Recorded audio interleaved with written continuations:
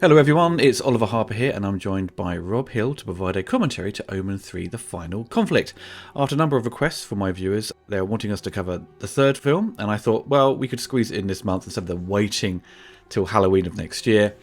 So you can enjoy this podcast by itself, but you can sync it up with your own copy of the film with a Blu-ray, NTSC DVD, or you can stream it on Disney Plus if you are based outside the USA. So, put the timestamp to 0 and press play now.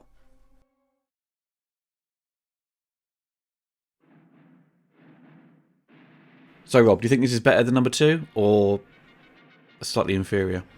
I don't. They're really tough to compare for me. I think because they're very different films, aren't they? This one I've got a very different relationship with because I only saw it a couple of times as a kid, basically, and haven't thought about it or seen it since. Yeah. But I did really enjoy watching it again. Did really enjoy going back to it. There's a lot of problems at the end of the day, but a lot of them aren't the kind of problems I really care about, and there's a lot of good stuff too. Overall, I came away liking it more than I expected to. It's interesting, the beginning of this film, they are going through the remains of the museum. Now, I don't think that fire Damien caused in number 2 would have been able to take out the entire building because the police are already on their way in the fire brigade. So, anyway, in this rubble, they find the daggers.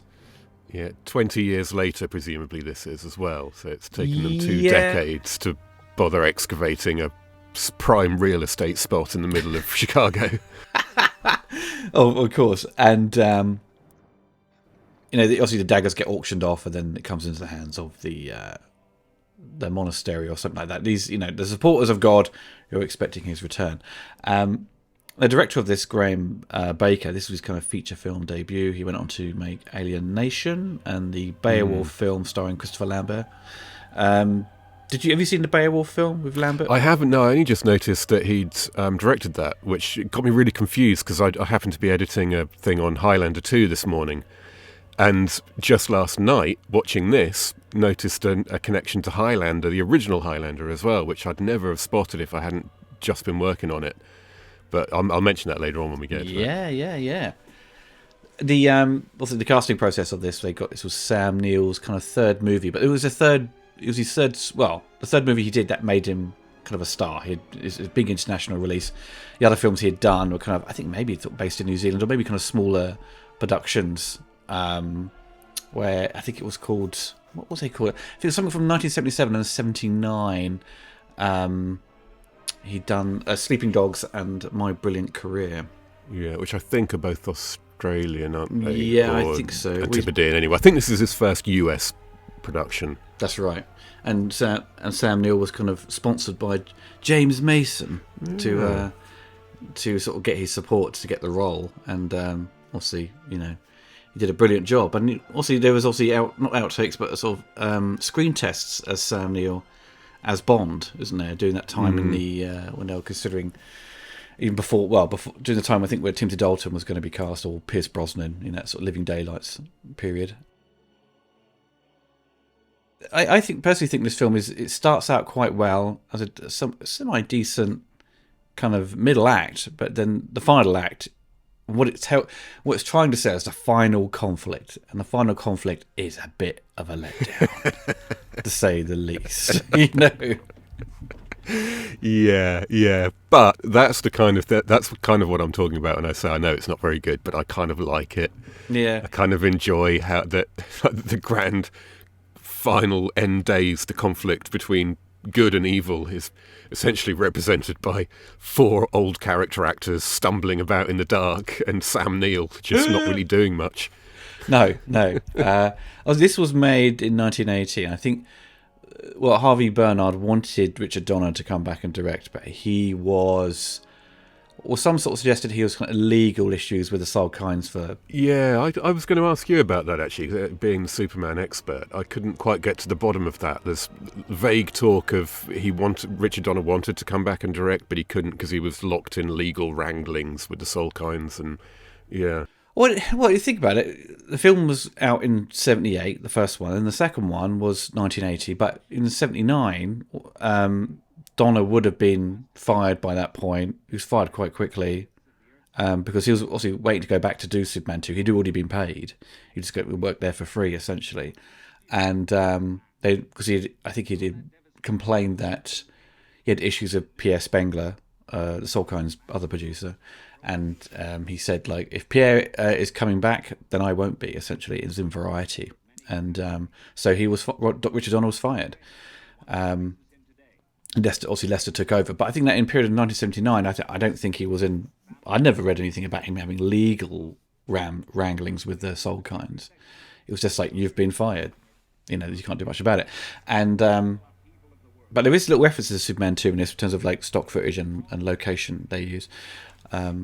Yes, I noticed that actually. Yeah, I can't remember where I saw that bit of trivia, but I actually spotted it for once. The White House is the same, because Superman 2 is the one Superman movie I know inside out. I've seen it hundreds of times. But the interior of the White House is the same set. I think. I personally think they've borrowed it. Now we've seen, obviously, Damien is now the head of the company, the corporate CEO of Thorn. Not to be confused with Thorn EMI. Maybe it was. Maybe it's a little nod to Thorn EMI. It's quite interesting that the promo video they've produced, which he's a bit like umming and ahhing about, it's basically, I think it's a reflection of the 1970s, wasn't it? The sort of recession, inflation of that period. Also in the UK, there are loads of like power cuts and stuff like that, and everyone's being taxed the shit out of because the UK government or Treasury is kind of fucked. But I think that's a little nice nod to what has just happened essentially, because I shot it in the 1980s, so it was just kind of like, well, what has happened in the past is now kind of just being used as a method to sort of show you that Thorn are going to improve society. It does create an oddity though, because it's established early on in this movie that the world is going to shit. There's like throughout the world there's rioting, there's starvation, there's all these problems, and of course the illusion there is that he's responsible for it, which is all fine and all makes sense. But then for the whole rest of the movie, there's absolutely no sign of any kind of social, political, or economic strife anywhere. It's just there's a lot of exterior shots in and around London, which is one of the reasons I really enjoyed watching this. I love seeing locations I'm really familiar with in proper movies, shot on 35mm film, back in the 70s or the 80s, and it's like Hyde Park and Kensington Gardens, and it's just like completely everyone's just like chilling out, having some fun in the sun, playing with their radio-controlled boats. It's like, this is not a world on the brink of revelation. No, it's not at all. As you mentioned about seeing old footage, I love seeing stock footage of like the 70s and 80s where people just shot as a B-roll for TV shows or on the news and stuff. That window sort of shows you what it was like. And often the case when they shoot in the UK, it's always miserable weather. Although there's a fun example later on where the weather changes in the middle of the scene, because they'd obviously shot it like presumably they'd shot. You see this throughout actually. Some of it is clearly shot like maybe the end of summer or summertime-ish, and then the shoot obviously went on well into the autumn, and then maybe there was a cold spell or something, I don't know, but it's really distinctly different from time to time. They do a bit of night for day stuff, later on. But this was kind of filmed in May of 1980. Well, someone had said it was like 79, it took forever to come out, but I believe it was done in 1980, but wouldn't release for like till March of 81 in America, then September for us. It's quite a long wait. There's a lot of misinformation then as well, because like you say, some sources say it was shot in 1980. The director himself mentions shooting in 1979 at one point in the commentary, because he does my favourite. I've mentioned this to you before, but my favourite little cliche in documentaries and commentaries is everyone over the age of 55 is incapable of seeing a visual effect without saying, and of course there was no CG back in 1942, so we had to do this for it. And he does a cracker in the commentary for this. It's he literally said, well, of course, CG wasn't really up to much in 1979. Didn't even exist.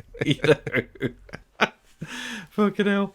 But yeah, if everyone owns the old Blu-ray, actually even the new one, which does have Graham Baker's commentary, he provides maybe like 30 minutes of audio. The rest he's just basically watching the film. It's like he's fallen asleep,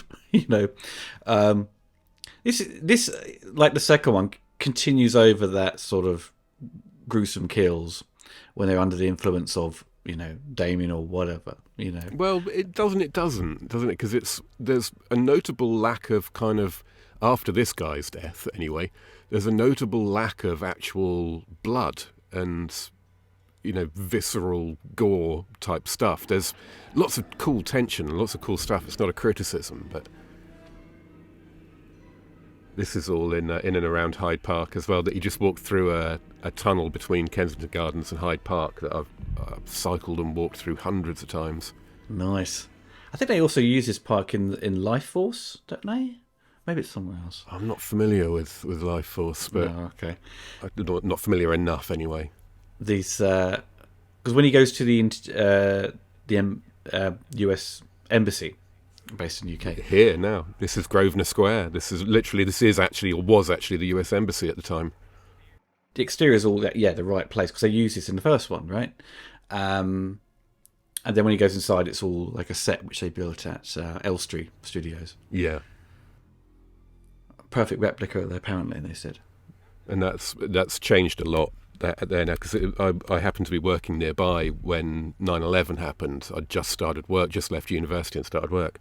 And within a few weeks, that scene you just saw outside was just a sea of giant concrete blocks and razor wire and all sorts. Crikey. Did you notice the secretary there? Ruby Wax, yeah. I didn't realise till afterwards, reading the trivia. She married Ed Bye, didn't she?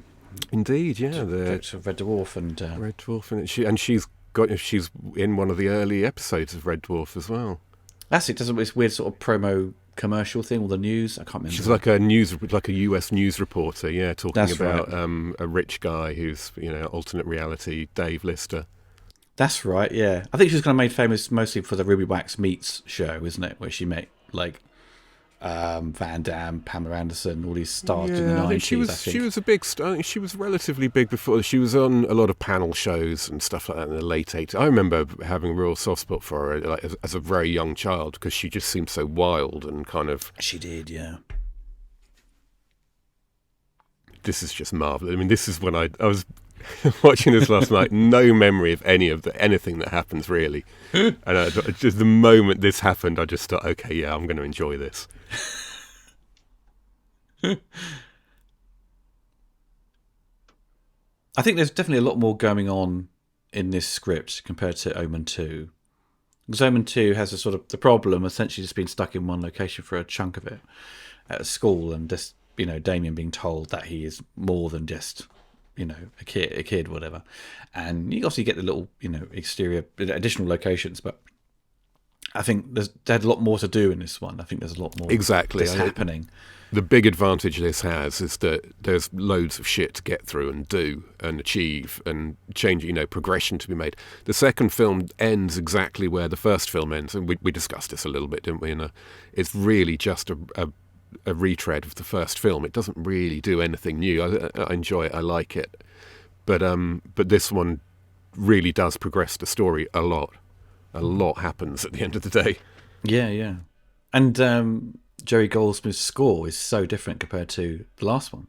The music is far more, I suppose, more fantastical and magic, because you're dealing with the good side. You're dealing with Christ and things like that. So that it was a big operatic bit at the end, but I think throughout it doesn't have the sort of chanting voices as much, or like Latin stuff. Yeah, that's true actually. Yeah, there's less of that chanting Latin, isn't there? Which I didn't really it's just great. Oh, look at that. First thing I did when I came out to my cabin this morning was put the movie in Premiere and have a look at this scene in slow motion, frame by frame. It's a really good effect actually. It's a really good dummy. It is, yeah. There you go. That's Superman 2. Yeah. B-roll, as it were. And this is all the interior when Zod bursts in and threatens the president. This is really nice. So. Yeah, I think you might be right, actually. Although they do... because Superman 2 was shot in the UK anyway, wasn't it? Of course. Yeah. And this is Elstree, so they would have just basically borrowed it. Because it would have made sense for them to go, well, it's no point in spending the money to construct a set, but who else has made one? Oh, yeah. Soul Kinds have made one. You want to do a little side by side. Strangely, I did that with a few a few little locations in this movie this morning. Just like, because twice I found myself going, I recognise that location. And then it turns out it's actually the same location, just a completely different part of it and completely different movies. I'll mention it when we get there. But this is a great scene. I really like this. This is what Sam Neill does brilliantly. Because going into this, all I really remembered was that everyone loves Sam Neill. Everyone thinks Sam Neill is great in this. And he is. But only at some of it, for me personally. And it's this kind of thing that he's really, really good at. The big speeches and monologues that he has a couple of, I feel they're a bit disappointing. They're a layer of ham to them, I think. I feel like maybe there isn't enough or something. At least one of them is kind of too low key and flat. But this business here, where he's manipulating people, just quietly and subtly, he's so freaking good at it. And this scene, which is essentially a negotiation, isn't it? He doesn't care too much about being offered the role of ambassador. What he wants is control over this youth group thing that I don't really understand. Cub Scouts? Cub Scouts, the Cub Scouts of America. Because that's where his interests lie, because he wants to mould, form and guide and dictate the future of, that's why he's interested in kids, which is brilliantly sinister, really good device. But the way that this scene is written and played is just excellent, I think, in terms of representing that negotiation. And again, several times throughout this movie, there's going to be a brilliant character actor dropped in just for one scene to play a role with a bit of gravitas. And I can't remember this guy's name now, but I'd never even heard of him before. It's probably a jobbing actor, I'd imagine. Mason Adams, sorry. This was photographed by Bob Paintner, who went on to basically work with John Landis, but also he's Richard Lester's guy. So he must have done bits of Superman 2, the reshoots, and this, and then he went on to do Superman 3, and then like Trading Places and things like that. He did the Thriller music video. He's so good at sort of the pop visuals. That sort of suited that MTV desires of, poppy videos. But also some of it's done by Phil Mayhew, who did some of the Harry Potters. So there's kind of early days for him, I think. That makes a lot of sense, the Richard Lester connection and so on, because there is and the Trading Places too. There is, I can see some kind of similar visual patterns and. So Phil Mayhew did things like Casino Royale and the recent stuff, and Mask of Zorro. Still shoots stuff, I think.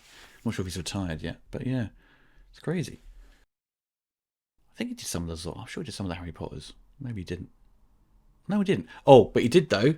He shot Highlander 2. There you go. The endless connections. There we go. The endless Highlander connections. Now this is the planetarium outside London they'd use for this location, as they're sort of tracking the stars, aren't they? It's going to form the return of Christ. This is an observatory, isn't it? I don't think it's the planetarium. Well, the director said it was a planetarium. Oh, really? But he may have been wrong. Yeah. Yeah, I do like the way they invoke science as a means of. They just go, get me 1953. Oh, here it is. Like, no one's searching for it and filing.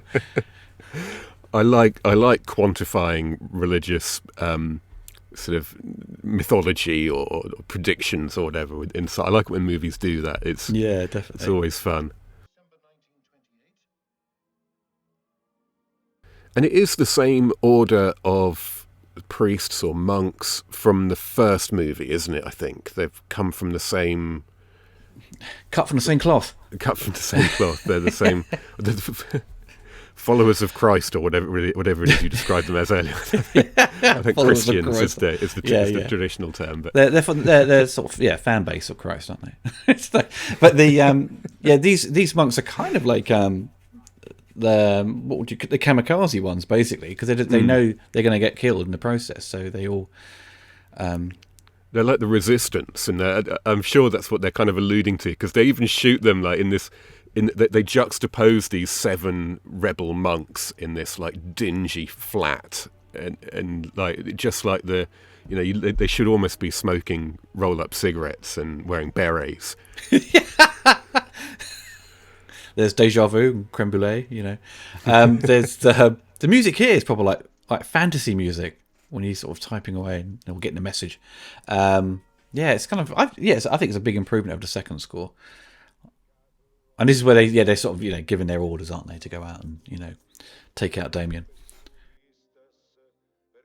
I always thought in the first one, Damien, Damien's father is instructed to use all the daggers. But in this, they're going out with one. So I don't know. I assume that it wasn't forgotten. That I assume that was just a plot device But I was thinking about it last night. It is a really good idea, frankly, to change it to that, because it allows for this brilliant, like, Seven Samurai setup where they each sort of take it in turns to go and bungle. It's like it's like Inspector Gadget or something. It's some sort of 80s cartoon where everything always seemed to work like that.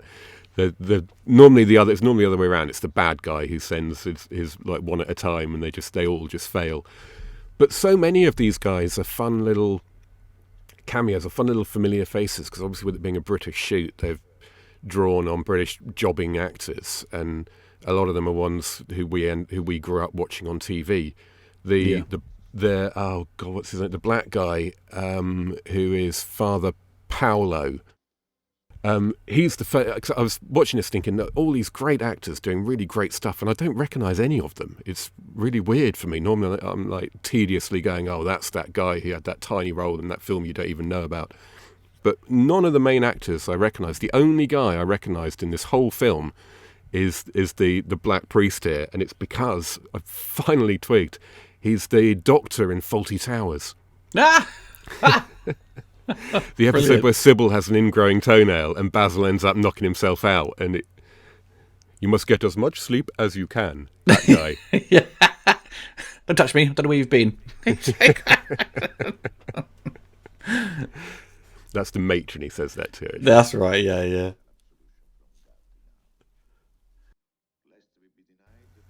He's in Yes Minister as well, or Yes Prime Minister, which I'm a huge fan of. Oh, same here. Love that show. We have Vic Armstrong doing an epic stunt in this. One he was terrified of. Well, yeah, epic by Western standards. Yeah. It's the biggest jump he's ever done. Man, I'll show you some Hong Kong movies where they jump further than that.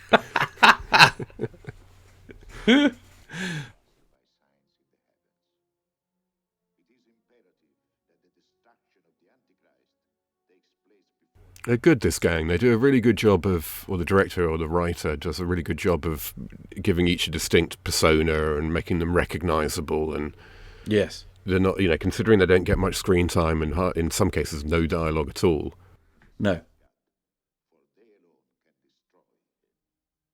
The bald one, by the way, will be our token. He's in Murder, She Wrote guy for this commentary.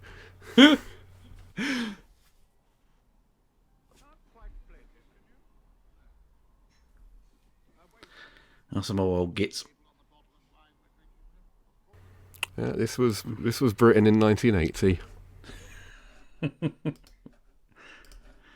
Obviously, now introduced to the love interest for Damien, Lisa Harrow. Who they'd obviously, I suppose, the sort of famous trivia of this because they'd formed a relationship during the production. They never got married, but they had a child. Called Tim Neill, who became an electrician for many film productions. Yeah. He worked on Zack Snyder's Justice League, things like that. So he's done. I think he's probably just operates, the sort of Pinewood crew or Leavesden. We also get some good. Is it Don Gordon? The guy who's Don Gordon, yeah. The private secretary, I think, is his official title, but one of the most prominent demonic helpers, who's another really good character. I like him a lot. He's in the Towering Inferno. He's Bullet's partner as well, isn't he? Steve McQueen's partner in Bullet. That's what I vaguely recognise him from. And he's in Exorcist 3. I saw that when I was... Yeah, who is he in Exorcist 3? Do you remember? He's called someone called Ryan, but I don't remember who that is. I can't remember what bloody role it was. Was it the family at the house when the main dude turns up, and just sort of someone gets attacked by a knife or something? I can't remember. Well, the old lady turns up at that. Oh, God, I don't even want to think about the Exorcist 3. It's going to make me feel nervous and uncomfortable. Scared the shit out of me, that did, when I first saw it as a kid. And there's only 2 movies I can ever remember 2 or 3 maybe, that I can ever remember turning off as a child because they were just too scary. But The Exorcist was the worst of them. It's like really good psychological horror, because not much really happens in terms of the scares, Mm. They've maintained the colour scheme from part 2, haven't they, really? It's the lovely an beige. awful lot of browns and just... I think there's a bit more colour to this movie, because we've got varying degrees of locations,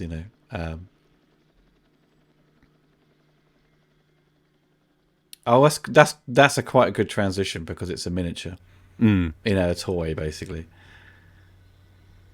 I did wonder at first whether that was meant to be real. I thought it was supposed to be Stingray then. Yeah. This is the round pond in Kensington Gardens, and if you notice, all the trees are green. Yeah. So it's obviously, it's not a particularly sunny day, but it's obviously, not winter or autumn yet.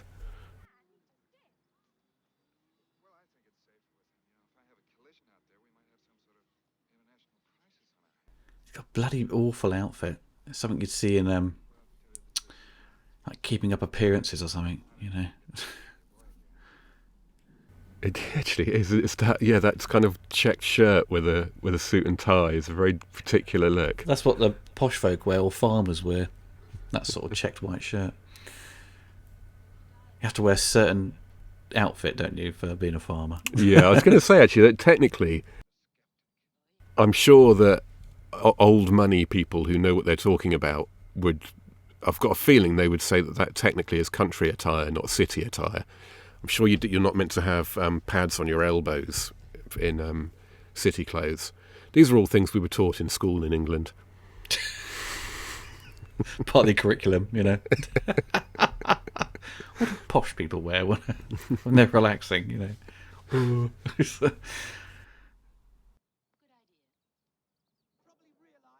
now here the trees in the background, look. Oh, yes. So that's probably... This is... I'm trying to think now. Well, they filmed it in May, but I don't think it would have lasted through to autumn, would it? This isn't May. No, of course not. I mean, even in England, you don't see people wearing coats in May. This is October, November, right? Yeah. And it's a longer walk than it looks like from the round pond to Speaker's Corner here, but it's not that long. When did they stop doing Speaker's Corner? Because I don't think it's around anymore, is it? I don't know. They were certainly doing it 10, 15 years ago. It was the last time I'd go. It's if you don't realise that anyone listening, it's this one of the biggest parks in London. Just has this corner set aside with little pedestals that people are allowed to go and stand on and yell bullshit, and tourists and locals tend to sort of gather around to laugh at them. It's usually someone banging on about the end times or something like that, or maybe something political. Is that scene in Life of Brian? When they all yes, sort of spout that's exactly stuff. what it is, yeah. Consider the lilies. Yeah.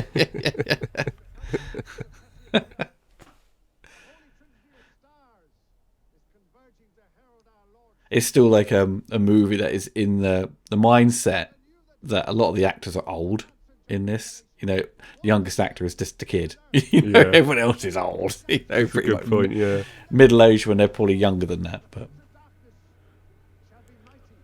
I like the way this sequence is done. The editing is really nice. The way that his face kind of half follows you but doesn't quite follow you, and the way it keeps cutting back to Sam Neill is really nicely done. He knows that guy in Speaker's Corner knows it's him. Yeah, and he's like, "Oh God, the end times, the second coming." Here they are in there. Also, this apartment is on Cable Street, which is out in the East End, which is a really particularly, well, back then anyway, when this was shot, would have been very much a class judgment.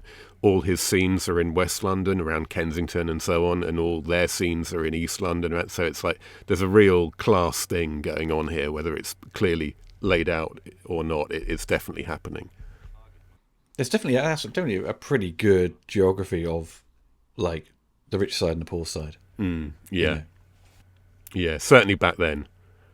Now anyone who lives on Cable Street owns a house, or off Cable Street owns a house worth millions of pounds. But back then, if we had a lot of squatters around, World in Focus. Now, do you think she works at the BBC or ITV? Good point. Yeah, they obviously weren't allowed to mention the BBC. No, they didn't.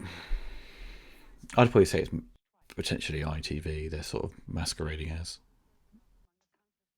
The studio seems full of people and equipment and stuff, so as if they had some money. So it was probably meant to be ITV.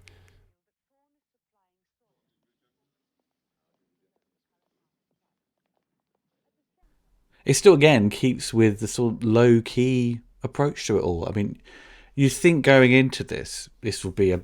Well, the funny thing, Roger Ebert had said that the film starts out well, but it becomes boring and low-key. Because he was expecting this battle at the end. He was saying, like, Damien's in the clouds, firing lightning at the skies and stuff. I thought, well, that would be so out of place in a series like this and its tone.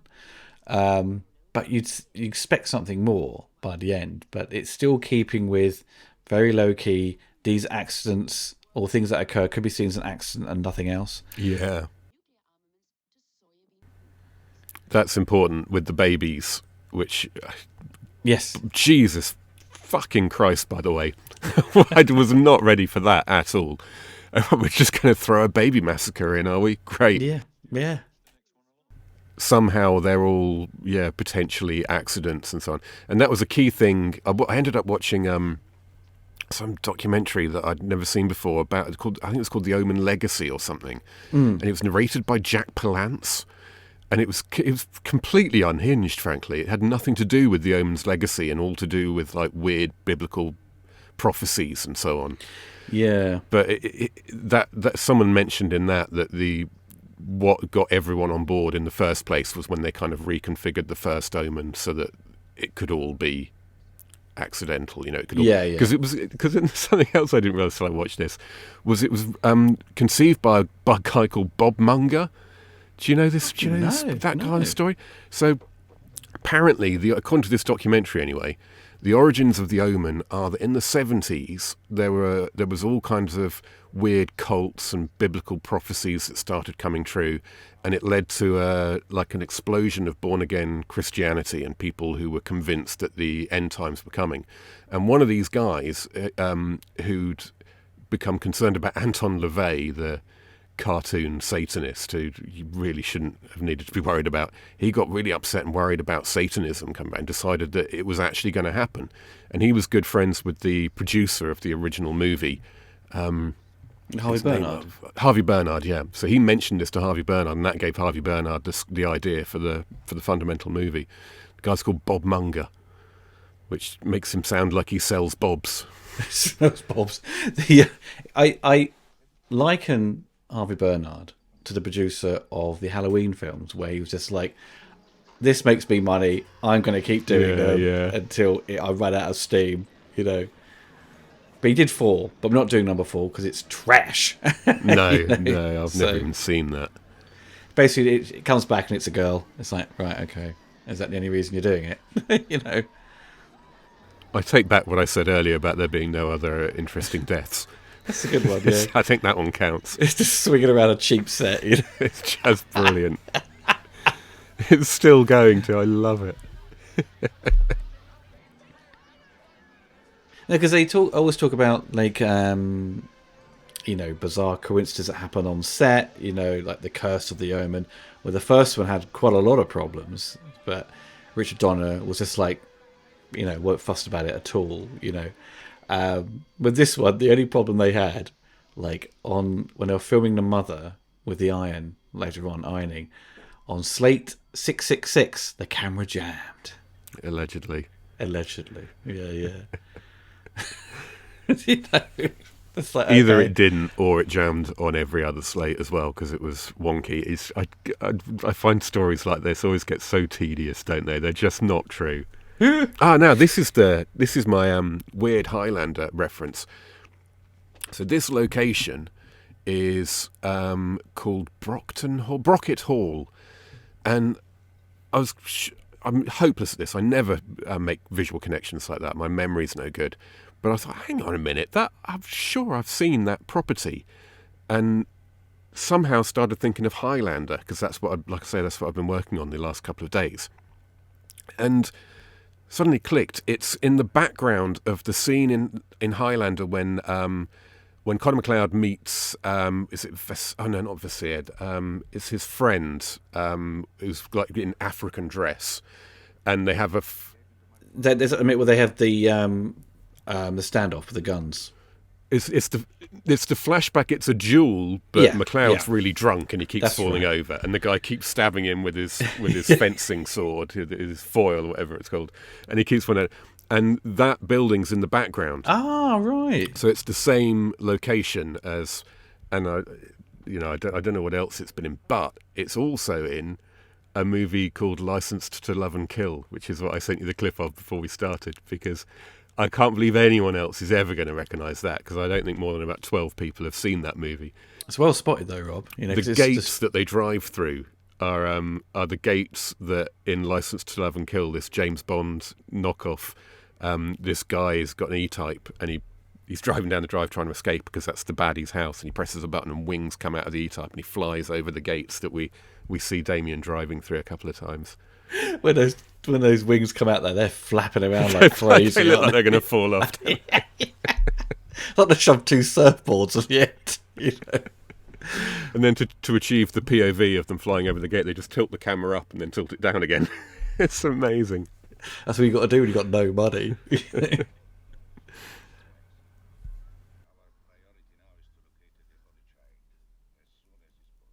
Well, some had complained that he was a little bit difficult to understand. Yeah.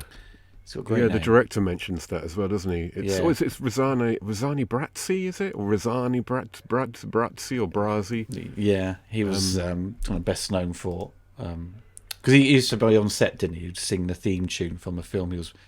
Well, he was in South Pacific. Pacific, yeah. And the Italian Job as well, which I didn't recognise him from either of those until I looked him up and made the connection. He passed away in 1994, but he was born in 1916.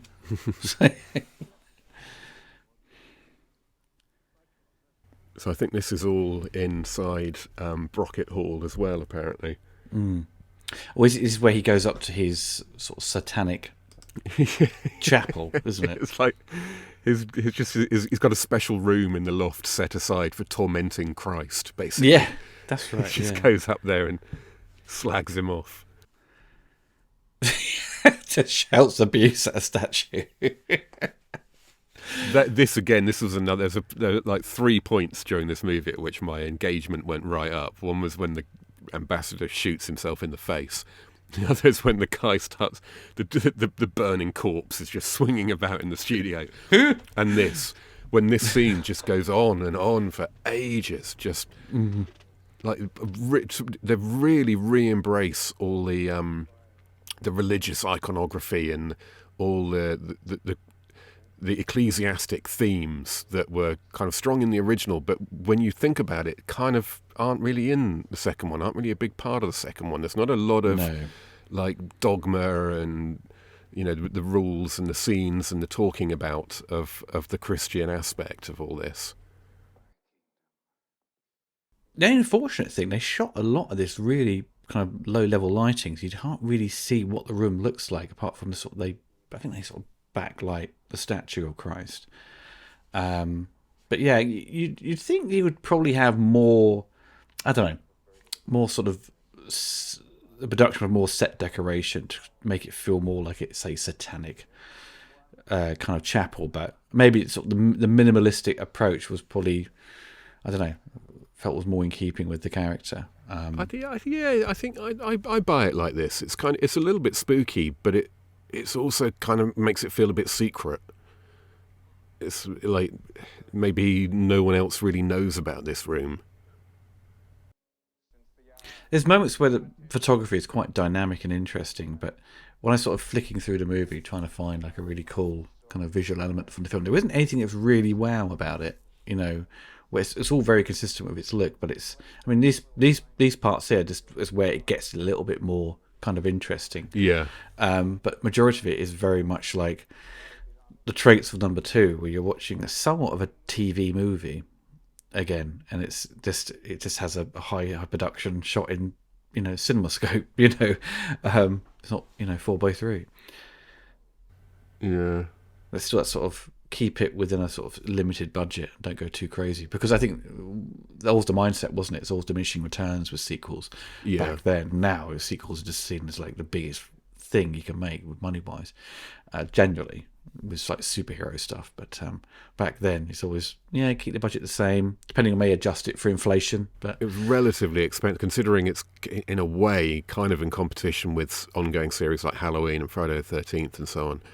This is a lot more expensive to make than a Friday the 13th movie. Yes. And they grossed around the same, your Friday the 13th sequels generally grossed around what this one did, I think. Yeah, this is about 20 million, I think it made. Yeah. It's kind of maybe roughly the same as number 2, but you'd think, no, maybe it's down to, because they were making this in 1980,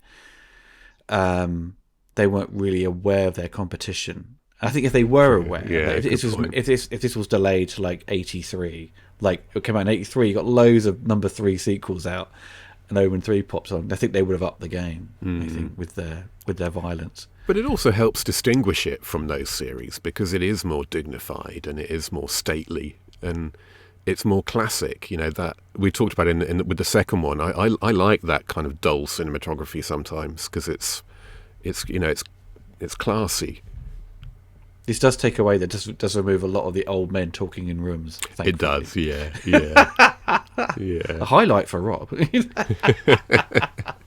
I like old men talking in rooms. Oh, come on, we're both Yes Minister fans. That's all that show is just old men talking in rooms. But they're spouting out complicated, funny dialogue.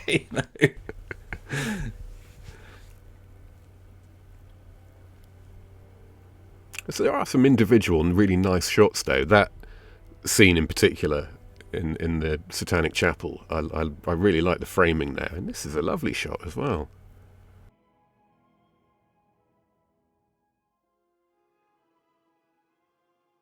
Oh, that really freaks my eyes out then, because it's like you're staying, it's going down slowly, or is it going up? I don't know. The camera's rising slowly. Yeah, it's really good. Come look at these crude graphics. It's like they're playing what was that bloody game? Oh my god, it's the game on the Acorn. Elite. When you see the space. I didn't quite follow how this. So where are these? Is this observatory meant to be in? It is meant to be in the UK, isn't it? Obviously, yes, they're all in the UK. Yeah. So how is the observatory staff in contact with this kind of offshoot Catholic cult? That's not explained. It's not explained, no. No. And I don't quite understand how they end up with the daggers either. Again, we never know how anyone ends up with the daggers in these movies. Someone had purchased They find them. Yeah, it was sold at an auction. But then, how would they ever be identified as what they are and therefore find their natural home? Well, it's generally shown in the opening credits with the guys in that library. Which is supposed to represent that it's set in Chicago or something like that, but it's actually they found a building that's in the UK that kind of represents that time period of architecture, and then he's given it to the priests or the But I get that that the priests are looking for the daggers, and I get that the daggers have been found. It's just that there's an awful lot of relics and bits and bobs and stuff that how did those two groups identify that the other one had what they wanted, or it was just down to simple visual storytelling. It's like someone's researching it and then they just get their hands on it, so he's passed it on to them because he knows what they are. I guess, I can buy that. Traits of number 2, isn't it, where we were both like confused, like How did the daggers get to the museum? I think someone wrote in the comments or the commentary, like, "Oh, thanks for explaining it," because he was also really confused. But I think you're still confused. So, oh no. Well, no, there's different stages in the first one. There's getting from Israel to the museum, which you explained, which I hadn't really grasped. But then there's also how did they get from where they end up at the end of the first film back to Israel or Egypt or wherever. I'm sorry, I forget where it is. That. Oh Christ, he's coming back. He's coming back. You really want a Terry Gilliam cartoon to pop out there, don't you? No, definitely, man. Yeah. So these are the gates that they jump over in Licensed to Love and Kill. That's right. Yeah. The very same gates. And they look exactly the same now. Actually, I noticed someone has been there and photographed them.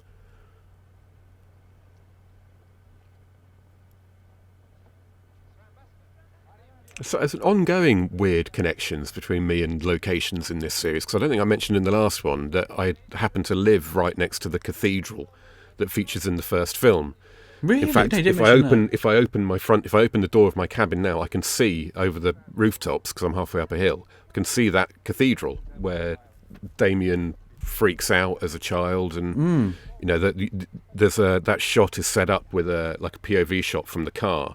And you actually drive down the road that's the end of my road, and so on. And then the church where that killing happens. Can't remember. Is it the photographer who's killed at the church? I forget now. No. It's the other priest. He gets impaled. Cool, yeah, with the spike thing. Yeah, that's a church in a village just a couple of miles away. It's mad, isn't it? Yeah, one of my friends lives nearby, and he was going to show me around at some point, but he never got round to it. But... No, we walk the dog up by that cathedral all the time. The music's in your head, Rob, isn't it? Yeah, always, yeah. Dun. The number of times I've explained it to the children. Don't go in there.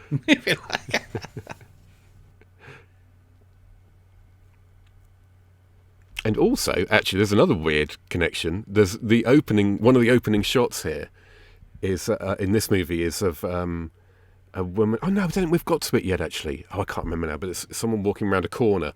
And the street, so you can read the street sign there. And I was like, I recognise that street. I've forgotten what it is now, but I recognise it. And I looked it up. Oh, is that when all the mothers are walking around with their babies in the pram? Yeah. And that's literally just one street away from a place I used to live in London. You've noticed with Damien's makeup, they give him a lot of black eyeliner. You know, for his eyelashes. I suppose it's sort of make him a little bit more devious in some way. I don't know. Sort of highlight the dark areas. I think, has he got darker hair than usual as well in this? Yeah. I think they've dyed it, I think. This guy's out front just shouting, "No Brexit!" All I'm watching the news, you got these protesters shouting in the background. It just cracks me up. Tory scum!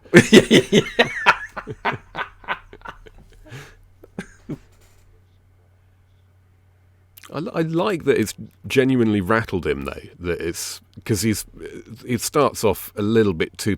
The child is one thing. A child seems more vulnerable, but when you make Damien an adult and have him say things like "these daggers are the only things that can harm me," he becomes a bit overpowered, and it's it takes the tension away because it's well, what's anyone ever going to be able to do to stop him? But by having him genuinely rattled by the birth of the Nazarene, I love that he keeps calling him the Nazarene. It's such a great reference. But that really rattles him, and that we learn it is actually diminishing his power as well. He's genuinely intimidated by these people now. Because he had been coasting along for, 15, 20 plus years. Exactly, yeah. And now they've got the daggers. They've finally found them. They've got the daggers, and the Nazarene's been born, and he realises there's a whole group of people who know who he is. Did you notice earlier where the old geezer sitting out front in his car just watching Damien? That old man would have not stayed awake. He would have fell asleep by 8:30. I thought that about this guy, actually. Why do they make the oldest one of these do this miles of trudging across the moors? He pops up in Father Ted, this bloke, He's one of the priests who comes to visit when everyone thinks Father Jack's died. He's like this ancient. He must be like 90 by the time he was in that. Yeah. God, I love seeing mass. There's anything to be said for another mass.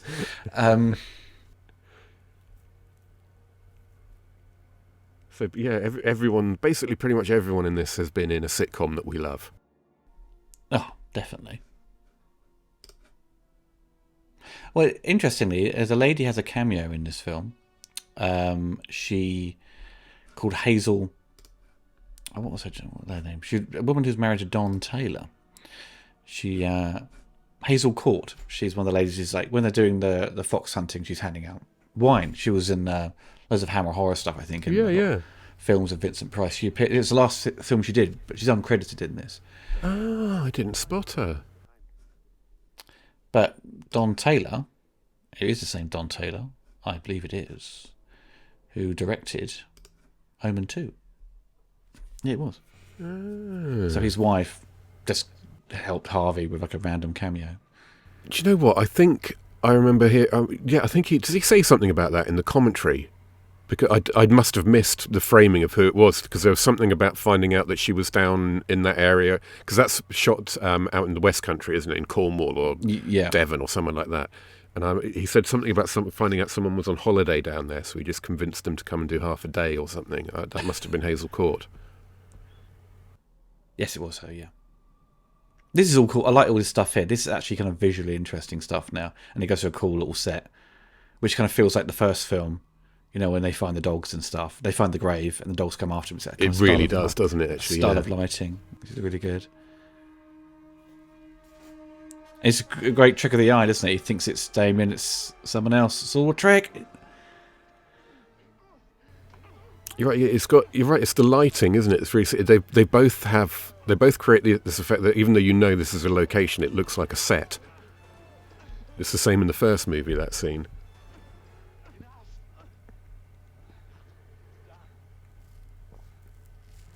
That's not abiding by your Hippocratic oath, Doctor. Who? He goes.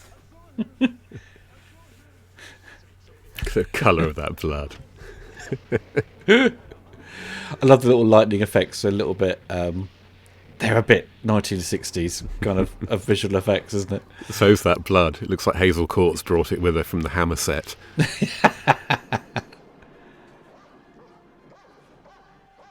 But Damien didn't turn up with a dog. Maybe he's turned into a dog. Only way out, you can just jump over the wall and run, right? Don't go inside, you're going to literally get yourself trapped. I'm just going in a dungeon here. Sex cauldron.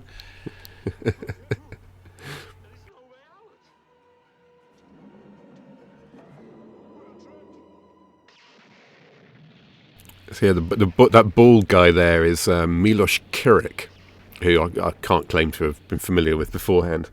But he's the one who cropped up in Murder, She Wrote, and he was also Kovacs in Never Say Never Again. Whoa. So it's one of those, oh, of course, moments with so many of the actors in this movie. Jobbing, reliable actors. Yep. You know. Yeah, they were pros back in the day. Straight from, probably a cereal advert in the morning, a Hollywood blockbuster in the afternoon, and then a sitcom in the evening. They probably got paid peanuts as well. I remember reading Desmond Llewellyn, Q, was paid basically like day rates, as it were, for his work. He got completely ripped off. Yeah. What's the name of the one who played Moneypenny? God, Jesus, my memory. Lois Maxwell, who played the original Moneypenny. She said in an autobiography that she got paid more for the one James Bond rip-off she made in Italy than she did for every single James Bond movie put together. Disgusting, isn't it, really? I don't think it's like that. I suppose their agents should have sorted out a better deal. Yeah. Especially for Desmond. Yeah. It's in 19 Bond films or something? I can't remember. It's criminal, isn't it?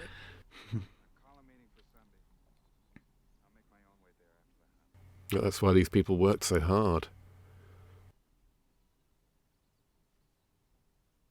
I think that kind of lighting stuff literally from their own production department, isn't it?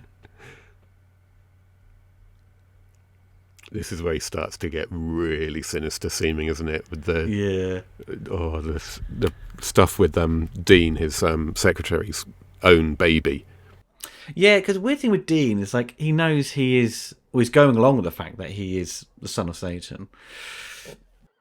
But he just seems a little bit unclear of like his history, like history from way before he was born and stuff, like the history of the devil and so forth.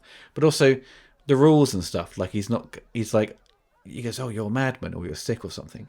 Later on, when he's like, "Your kid's got to be executed." I don't know. Either that these people are. It's difficult to know if they've just been influenced by Damien to think this way, or they actually are followers of it all. You know, so it's never made entirely clear. Well, he's not a true believer. He appears to me not to be a true believer because, as well, because his wife doesn't know. And surely, if you're a Satanist and your whole life is to what you know, you wouldn't necessarily keep that secret. But I just took it to be that he wasn't a true believer, which is kind of a neat observation because a lot of people of faith, when it comes down to it, do seem to lack that last bit of true commitment, you know, like, well, why are you worried? If you think that you're going to go to a better place, then why are you worried about this, that, or the other? And it's like, actually, you're just as worried as I am about death or death occurring to someone you love or whatever. So, yeah, I think maybe he's just not a true believer. It's just literally get to the end and go, wait a minute. Are we the baddies? Yeah. Basically, I don't want to. I don't want to be a baddie. Because that is one thing this series is missing, is really any kind of explanation as to why they're trying to do, why they want to, what is their end objective? I mean, for evil to prevail, but to what end? Why? It also shows that everyone who is in wealth and power is kind of evil. You know, it's sort of very kind of basic sort of criticism, I suppose, or highlight of, you know, the movie's attitude towards where Satan would fit in society. Yeah, exactly. Satan goes fox hunting. He's not a saboteur. Everything is like I mentioned earlier with the whole West versus East London thing as well. Everything you see Damien doing is elite and privileged and so on. I love seeing this kind of in this. I think they do it quite well in the film The Remains of the Day, but when people go like hunting, whatever, and you have those kind of shots where they're kind of running from the mansion, it always looks like those sort of 18th century paintings, you know, where they always capture the landscape stuff in there. This year I grew up in the countryside and the hunt used to come past the end of our garden. It looked just like this. Complete disapprove of all this, you know, poor foxes. Yeah, it's a controversial subject in this country, but it's not. No, they did ban it, but people are still doing it, aren't they? Oh, they didn't fucking ban it. It made no difference to anything. But it's not, hunting in this country is not like it is in the US. It's not. It's like motorsport. It's in the US. It's kind of almost a bit down market, whereas in this country it's seen as being really elitist. And this kind of hunting that you do in on horseback in red shirts, red jackets or whatever that's not proper hunting.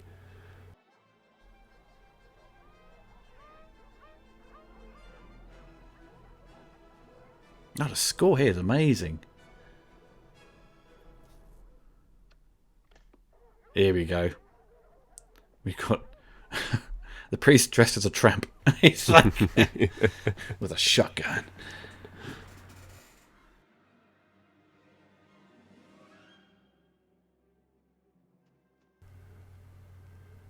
Okay, yeah. No, I missed this bit when I was watching it last night somehow. That explains a lot. Okay. You were rolling something. No.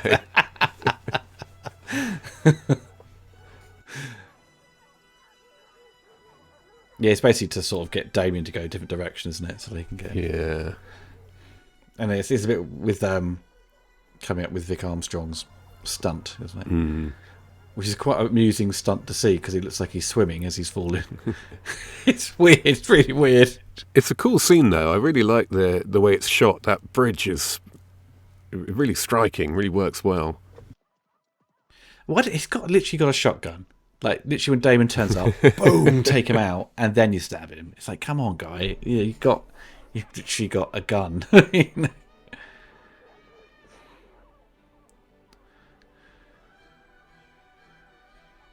Oh, again, lush music kicking in.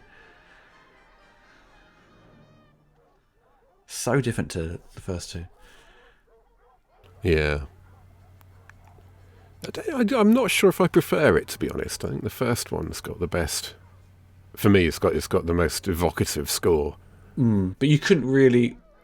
Oh, I don't know. I mean, yeah, I think it does, but I think in terms of just the new material, kind of fits really well. Yeah, it does with the time, because you couldn't have anything ominous and creepy. It's got to be a big, lush kind of thing, because what you're seeing is this kind of celebration of, as you're sort of talking about, the elitism of society. Yeah.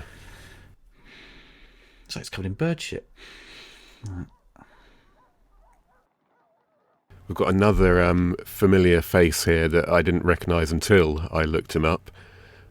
With one of these two priests, I forget which one. Him is he's Rogue 4 in Empire Strikes Back. Oh my god! Standing by.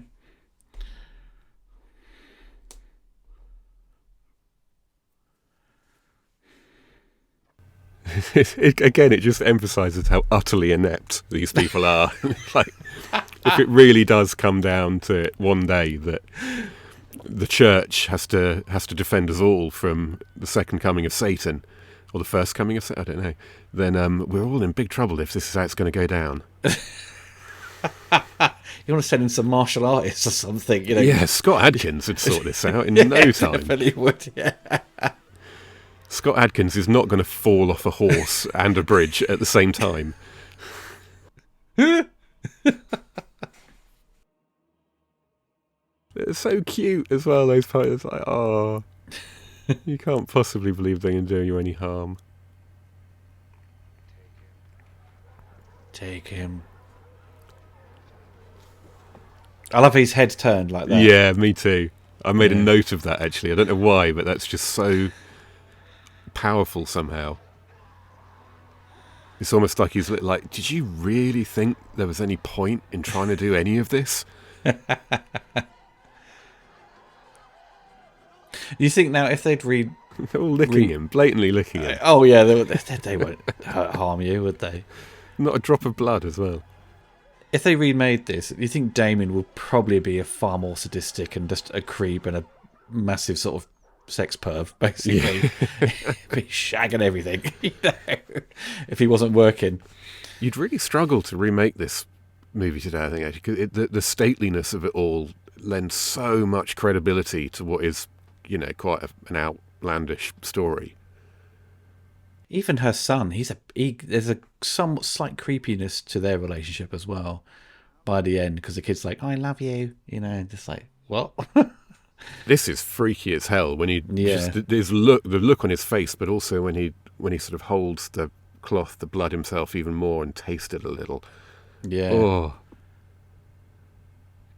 It's almost romantic. Yeah, it is, isn't it? He's already under his influence, you know.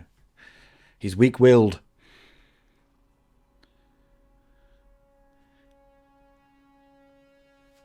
Force has a strong influence on the weak-minded.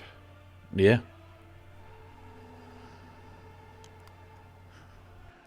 So wouldn't Damien's followers all be addicts, you know, things like that? Yeah, I'll believe what you say. Just give me some drugs. You know? Oh, this night shoot they had to do. They had one night to do it. I was just saying that. So is this Dave? This is not because the shots prior to this were beautiful magic hour moments. All like 3 shots in a row, I think, all probably shot on 3 different days because they only had a few seconds to catch that magic hour. Hmm. I mean, is that the quarry? Yeah, it's like one night shoot. You have to do it. The Nazarene. He does his big speech. Because also, you know, we mentioned, I think, the Omen 2 commentary about Sam Neill and this film, that he would go on to play another sort of demonic character in Event Horizon. And it's kind of fitting. I think he's certainly far more creepy in Event Horizon, you know. Yeah, yeah. And I guess he kind of plays with it again in The Mouth of Madness, albeit on the other side of the table. I suppose that's not necessarily demonic, is it? That's No. Event Horizon's definitely the one that's kind of sort of. I think it's clearly casting because of that. She won't let you leave. You want your eyes where you're going. You know. So look at his outfit. It's a bit. I don't know. It reminds me of Dracula for some reason. Yes. Yeah. Well, it is from the same. It's like 18th century or some 19th century. Yeah, it's old. Did Sam Neill's career not go maybe where it could or should have done, considering the hype around him back at this time? I'd say probably the 80s period was probably more up and down, but the 90s he really excelled because. Then even in the 90s, it was more as a character actor than a leading man. I mean, like Jurassic Park, I know it's a big role and maybe he is the star, but it's really a character role. It is, yes, yeah. I think actually, yeah. I mean, because most younger generation does see him as Alan Grant from Jurassic Park, but he was more like I suppose that was kind of where I really kind of knew him from when I was younger. But he did Memoirs of Invisible Man, but that was another kind of flop with John Carpenter. But we team up with him in Mouth of Madness. That's what I still, to this day, I see him as in the Mouth of the guy from In the Mouth of Madness. I can't remember his name now, but love that movie. You ever seen Possession? It's kind of the same. It's the year after. Oh, I forgot about that. Yeah. Sirens was he got a lot of attention for, I think, as well. I want to say. But yeah, it's like he had his big coming out moment and everyone fawned over him and said, you're going to be the biggest star ever. And then he kind of didn't really do anything for the next 10 years. I don't think the film... We did do something every year, but it was always just nothing that sort of fulfilled his potential. No. I think just down to the fact that Omen 3 was disappointing. Despite people were very, sort of glowing over what he had done in it. But there's some people there at that meeting going, "Who's the Nazarene? What's this all about? I'm really hungry. Can we go now?" How did they all get there as well? That's what I want to know. There's loads of like coaches parked up. On the thing. A couple of just those portable urinals or something. It's like a festival. That's a good some guy in the background selling hot dogs and burgers. Where are they going to the toilet? T-shirt stall. Get your Damien wear here. Look at these phones. He's got 2 green ones and a navy blue. Where's the red phone? So we can phone Batman. That's unfortunate.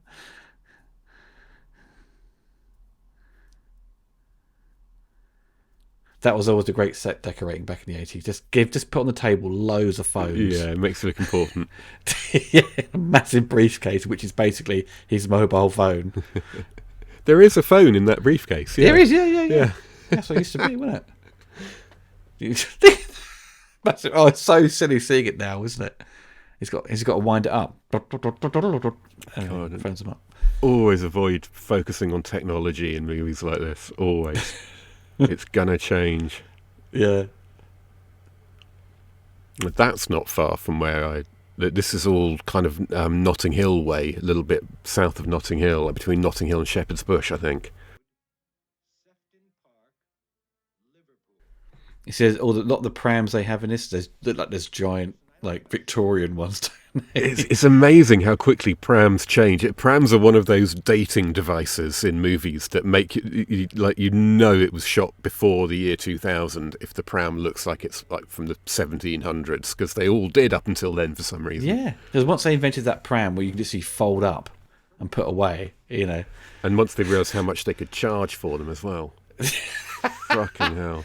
But most people, when you do have a child, it's like you just, someone else's friend of yours had a child, they'll just give you the pram, because most people just give it, pass it down.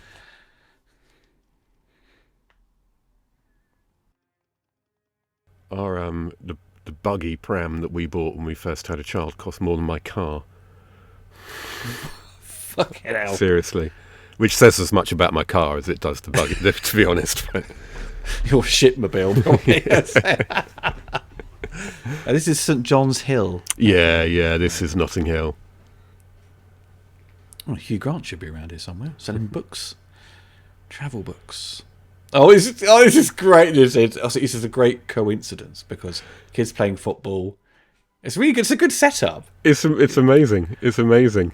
This is where the wheels absolutely come off the movie. I could not believe what I was watching when this happened. All this stuff. You're waiting for it. How is it going to be saved? How is it going to be saved? And then the first thing you think is, oh, there's no baby in it. It's fruit. And then there is a baby in it, and it's dead. I don't think it would have killed it. Not in real life, probably. It should have gone flying in the air, like in Omen 2. It's bizarre direction. This is weird, because this guy, what did he do to the kid? Did he put acid on it? This is what... So I thought, this guy is clearly... So he's been possessed, he's done something, the baby's dead. But then, in a minute, we're told that they're all accidents. They're all coincidences. So how could this be an accident? How could this be an accidental death? Your baby's dead. What? You know... I love that they hold on him for so long as well. You're just thinking, what is it? Because you know he's doing something, but you don't know what he's doing. Yeah. And you never get to see it either, just her reaction. But it's the iron is the one, though. It's it's great. Hello, love. Have you got any babies you'd like murdering today? It's Bob Job week. We've got some babies to kill.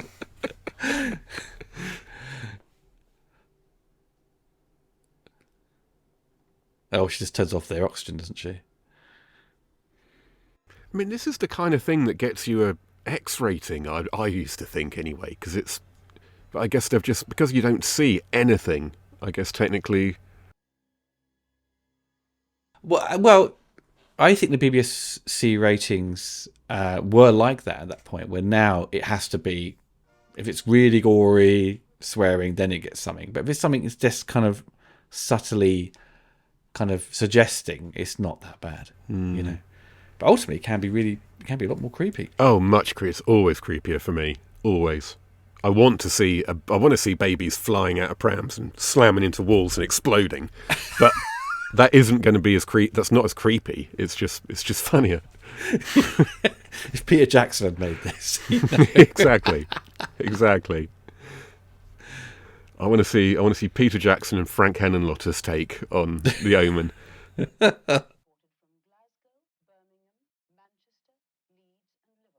It's like, oh shit, I've been rumbled.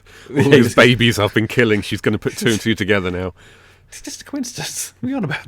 You know. This is the first point I realised she's not in on it.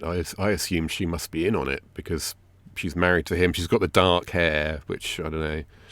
I think she's just fucking stupid. Yeah. You know, they've written her to be stupid, not to be completely unaware what her husband does. You know, and any sort of weird meetings he goes to, like at midnight or something. I don't know. Yeah, he comes back from the West Country stinking of demons, and she just doesn't put two and two together. But I don't know what demons will smell like. Just like petrol or something. You know? Methane, just really pungent farts. I don't know. That's what you smell like. Thank you, Rob. Well, me and you, we can both break wind for Britain.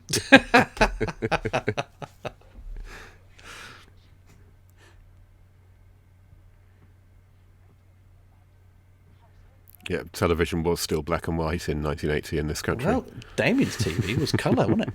Oh, it's because he's even more... Who's this? Oh, this is the priest watching this, is it? I didn't notice, yeah. So the priest's got an old black and white telly. Damien's got a spanking new colour one. When you used to pay for renew your TV licence, which we have to do every year, there's always an option to renew your licence for black and white TV. I'm like, who the hell's using black and white TV? In the 21st century.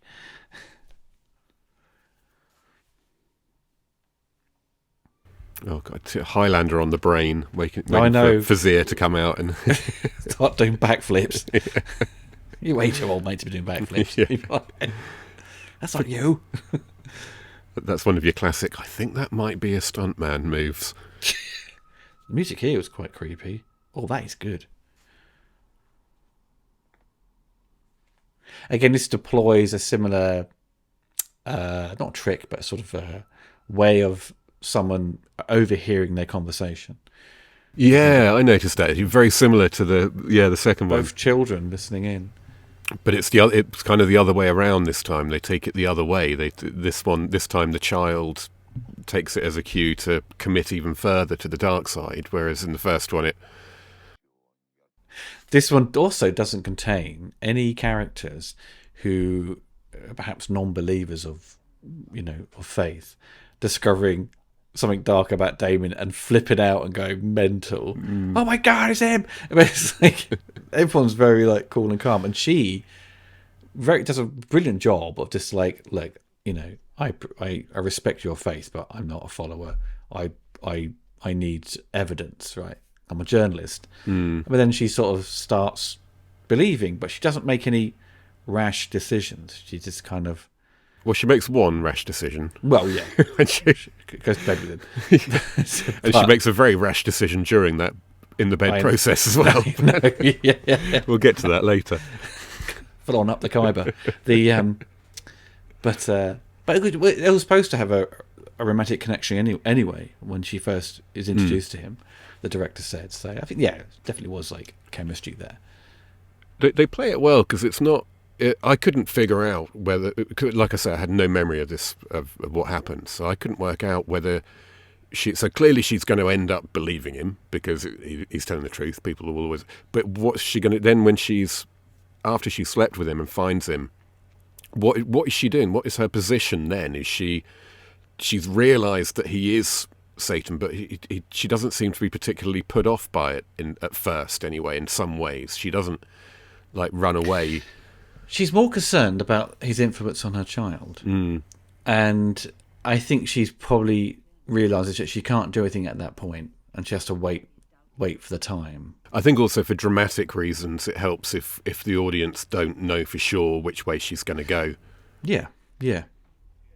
When the director said about Damien when he goes to the Abbey, like he doesn't know what he's expecting. He's like, show yourself, isn't he? So he's saying, he's just following a bit of light to a door,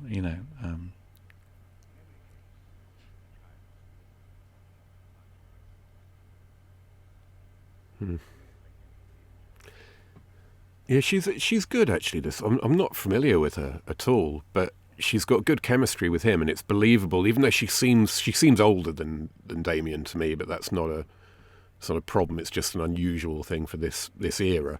Yeah, but they do have a good vibe together. It is believable. It's convincing that they'd fall for one another. Well, I think she was a little bit older than Sam Neill at the time, but she wasn't that old when she made this. But I think with her hair and her stylings or makeup and stuff, she does appear a lot older. It's like these people do, don't they? With the exception of what's her name from Omen 2, people often did look older than they really were back in the day. Yeah.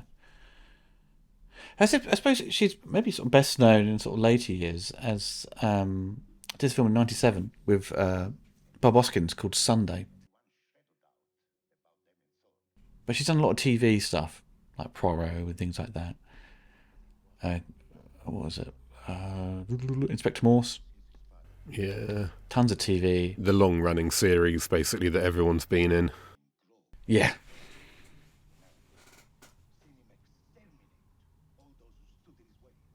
But he's just, the head priest is brilliant, though. He's really...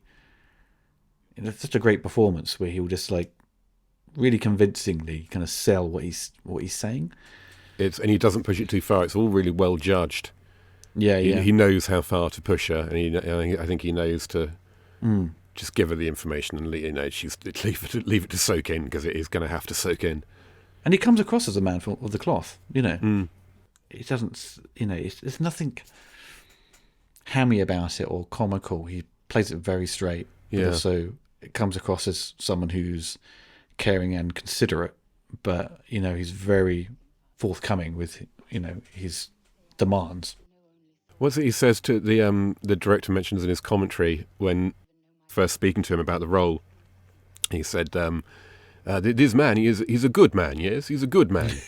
And he's a priest. He's a good priest, but he's a good priest with balls. It was important that the character had balls. Yeah, exactly. That was my Italian accent, by the way. I don't claim it to be any of any value to anyone.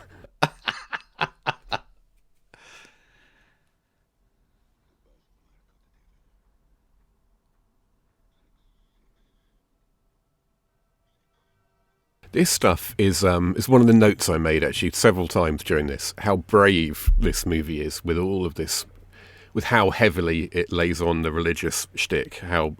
Because if you're secular or if you're not Christian, there's a real risk of not connecting to a movie that's this like drenched in religious iconography and legend and imagery and so on.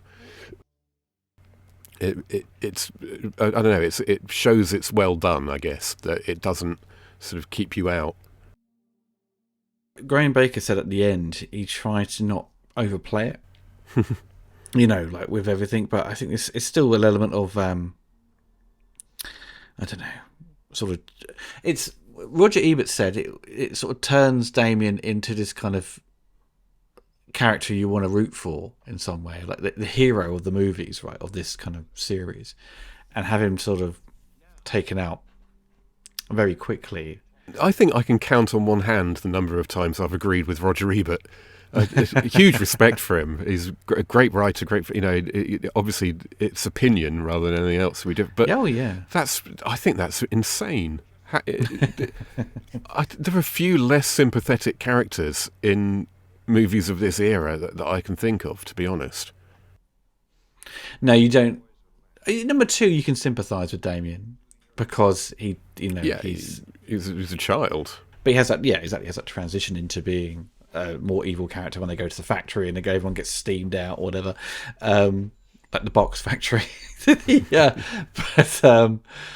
in this one, there's no sort of redeeming features about him. No, he's pure. I mean, the reason I think Sam Neill, one of the reasons he works so well is he's so innately charming that it just stops short of falling into this sort of like cartoon evil, pure. The way this scene is freaking brilliant. I like this is the kid on the phone, isn't it? Yeah. The way he turns on the sort of the benign charm, the quiet amiableness that he knows the kid responds to, the way he turns it on to speak to him on the phone there is absolutely, it's brilliant acting and it's chilling. And he smiles, yeah. Doesn't he? Yeah. Because obviously James Mason was his sort of sponsor, but Sam does base a lot of his performance on James Mason. Yeah, I didn't realise that until I read it last night, that James Mason had actually paid for his audition. He paid for it to be filmed. But yeah, it makes complete sense because there is a lot of James Mason in Sam Neill. Now, these little bits coming up, I think there's a building he walks into, which is actually a pub, I think, a very small pub. You might see it in a sec. I think when the kid's following him. Might be down this side street here. I don't know what part of London this is. This is Whitechapel, this is Cable Street again. Oh, Cable Street. Oh, okay. Yeah. I must have gone down that street before. Yeah, so it's a big, busy road. It's still pretty similar. Mm. Well, last time I was there, a long time ago. I swear those trains are still in circulation. They're still running on the Met line, I think. Yeah, bloody uncomfortable seats. Sort of worn so thin, those cushions. Numb bum in 5 minutes. I think they've also added making the kid look more tired as well throughout these scenes. Like he's obviously just been spying or doing stuff without, staying up late and not sleeping. So this is Dean's home, isn't it? This is the secretary's home, I think. Yes, yeah. Of course, there's some other building, I think, later on you see. I think that was kind of seems somewhat familiar. I could be wrong. Hi, I'm a mad priest. Can I come in? Sure.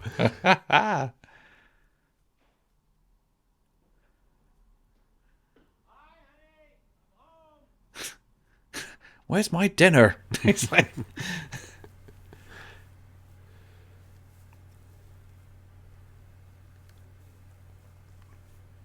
Mm-hmm. He does a more convincing job of lying to her than he does Damien later. Oh, he's awful at lying to Damien, isn't he? I don't know who the guy is. He's like,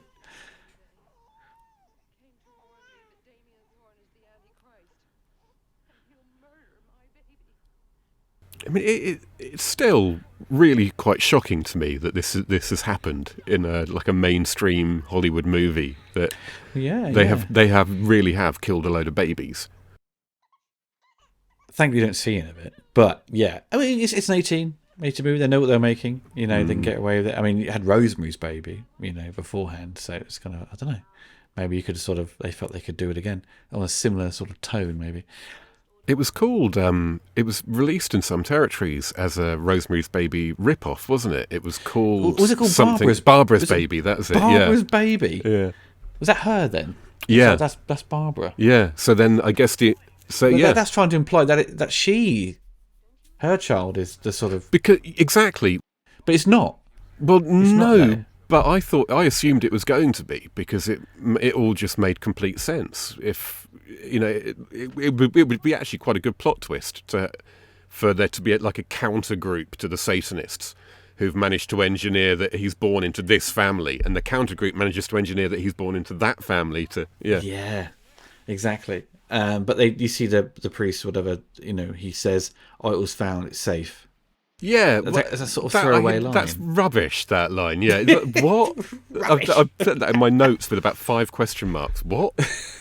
It's just, that's been like a dramatic hinge for the second half of the movie, and then just one line just washes it all away. Oh, all right, the baby's safe now, is it? I love this bit where he points out, because, oh, look, there's a badger with a gun. Can you see? And she's like, ah! And just goes flying in, doesn't she?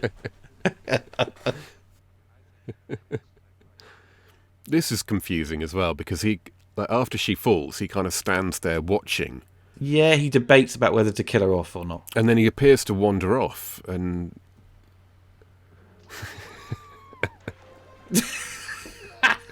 oh no, I'm falling. It should have been cut to like a really overweight stunt man. Yeah. Falls into the wall. Because she apparently just isn't bothered that he initially doesn't do anything to help and just stands watching her. That doesn't make her concerned or worried.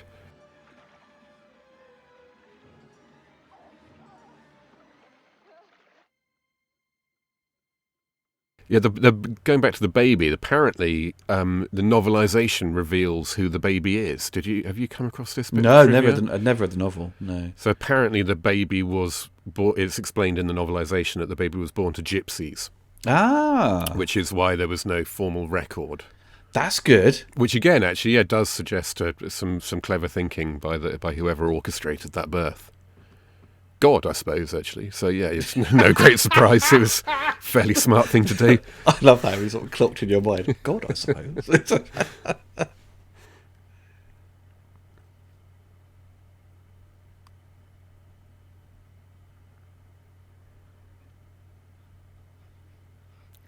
Oh, I hate this scene. He gets a bit scratchy.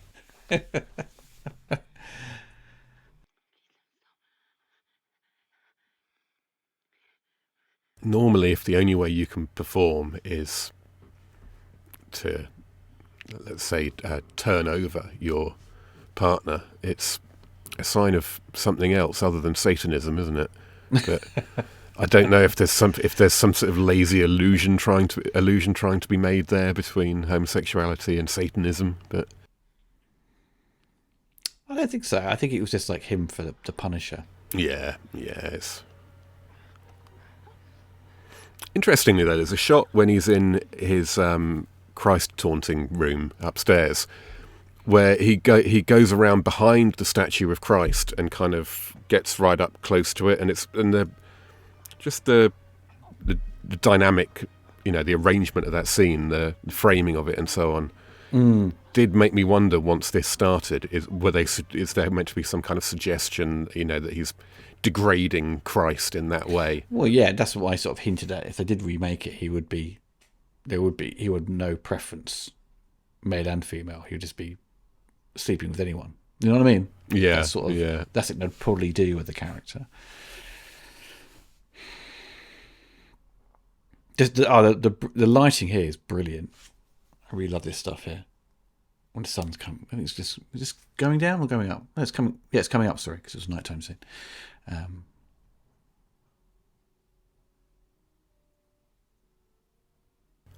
I'd be wondering about maybe leaving at this point.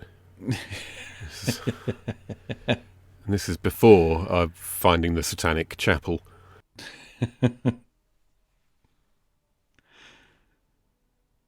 She steps over the dog and doesn't do anything, so she's kind of safe, isn't she? At that point.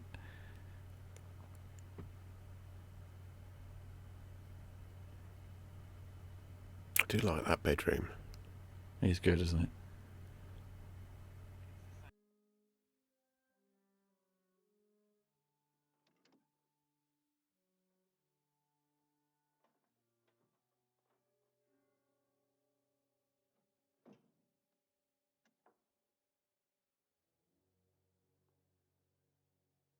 Just looking back at any notes I made that we haven't yet covered, and I've written down about 5 different times, why are the monks so utterly useless? This monk's even more useless than the last monk. It's DiCarlo seems to be the most, efficient one out of the bunch. But he, again, doesn't get to complete his mission at the end, does he? He gets strangled. The ending is a bit confusing as well. You see 2 characters turn up. I don't know who they are.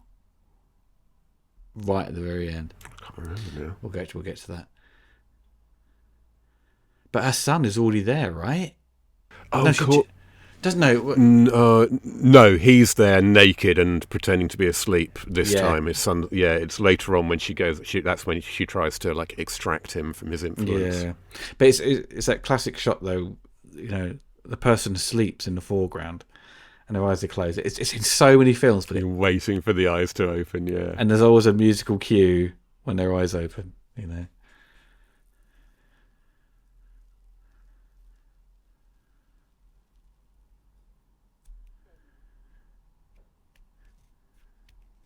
She's gone all the way out. Damien could have been taking a shit or something. Yeah, it's a big house. It could be anywhere. She knows. In the kitchen. Could be in the kitchen having some cereal. He's probably eating some kids' cereal. And some Frosties. The shared moment of intimacy must have created some kind of subnatural connection or something. Yeah.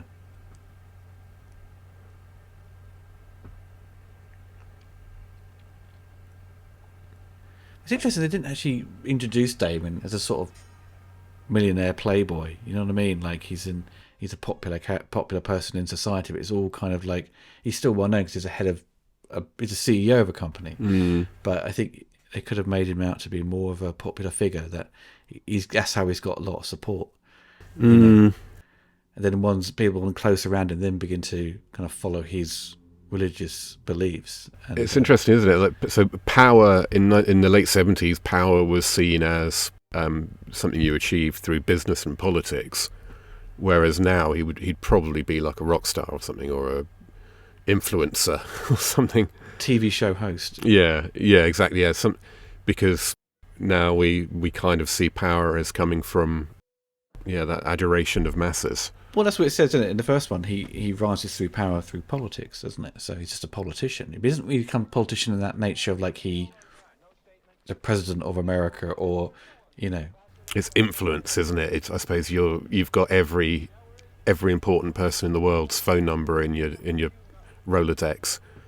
You've got influence over everything in real terms.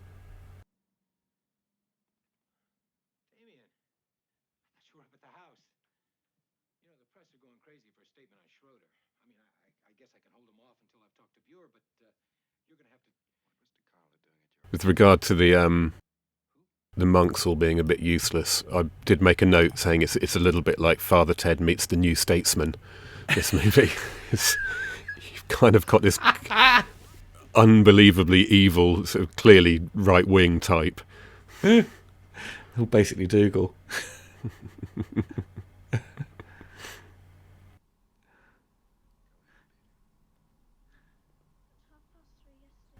So he loves this power, doesn't he, Damien? It's so menacing. He's just, he's only got like one child, who follows him at the moment. Because we saw earlier a couple of the little Cub Scouts, whatever, doing some dirty deeds. But that's all he needs to totally get one over on this guy, on this traitor as he sees him. It kind of shows what he was saying earlier about why he's so interested in youth, why he thinks that they've got kids have more going for them than we get. They should be listened to more, they should have more power, and so on. It's kind of means it. And also they're kind of going to be malleable, and they'll tell the truth, to authority. Where, especially someone as Dean, he's corrupt as well, so he would think of ways to get out of things and lie. Yeah, you're too late, mate. You're too late. This is quite creepy, but funny as well. Where she sees the baby like all burnt, doesn't it? It sort of turns its head. It's made of ash. It's like it's made of ash. And then she gets hit with the iron. Again, it's what you don't see in this scene though that really gets me. It's I think you don't even really see them in the same shot together, the iron and the baby, but you just sort of see her advance towards it in a moment, and it's... She keeps wearing that same bloody top, doesn't she? She's worn it for every 4 or 5 scenes. There'll be limited outfits for a lady who's recently given birth, but as wear muumuu.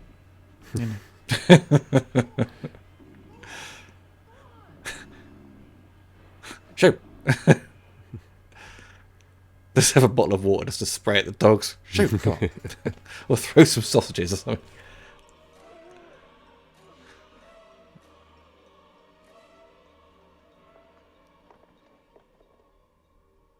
No, because she doesn't die, does she? She just becomes possessed by whatever dark forces out there to kill her husband.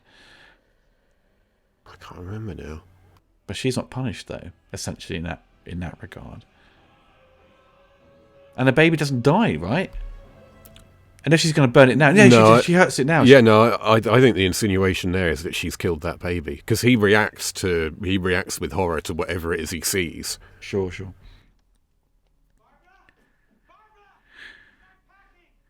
Hi, honey, I'm home.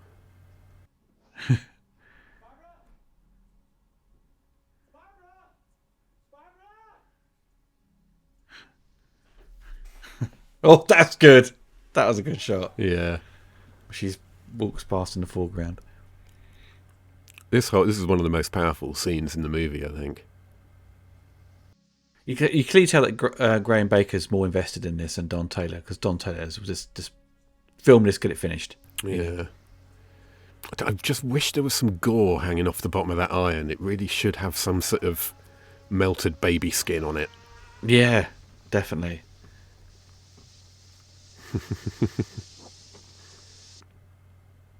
Would that kill him? No. It certainly wouldn't leave a charred burn mark on his face like that after... It'd be red raw, then okay, no.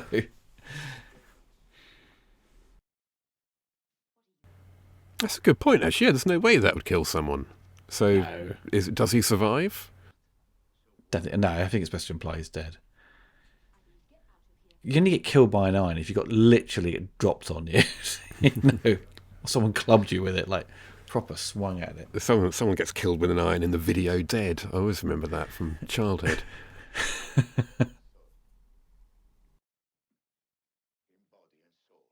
So right now, at this moment in time, is she flirting with the idea of Satanism? Is it because it's only really when she realizes that her son has been drawn in that she makes a clear stand one way or the other. I don't think she's in more favour of Damien. I think she's just completely conflicted, but she's I don't think she's fully invested in the idea that it is the son of Satan. I think, but she just needs that extra convincing, and now she has that because her son has been lost to Damien.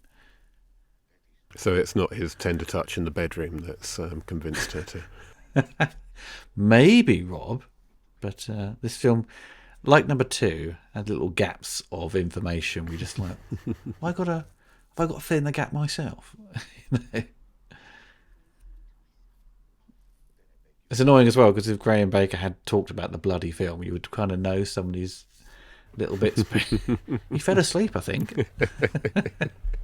Someone outside the Fox recording studio. Has he gone to sleep again? Prod him. Get a big stick. Because I couldn't find my old. I don't have this on Blu-ray, this series, but I've got the old DVD box set.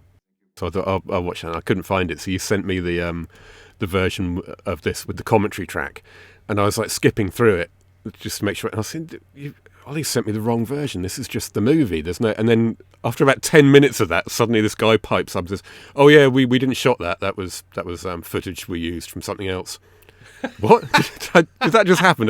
So I listen to it, but then there's another 10 minutes before he says anything else. It's bloody annoying. Here we go. There's that fence again's been reused. Such a great movie. That car was very Condor Man. It felt like.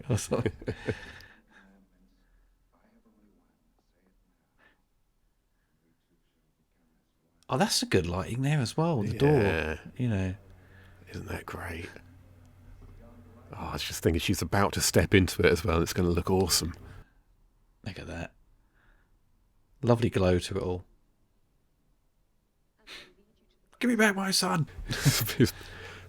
Some arse in the background. Yes, this is where he comes post bum sex as well to hang out with his. We're such children, aren't we? It's ridiculous. It's absolutely ridiculous. Put some clothes on, Jesus. But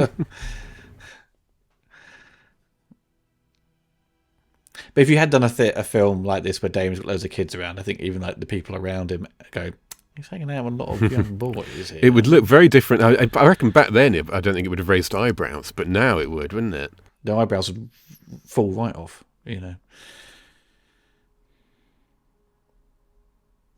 There was one shot earlier, you see him cry, don't you? The water goes down from his eye. Oh, I didn't notice that. Yeah. Okay, this is coming up to the final conflict, isn't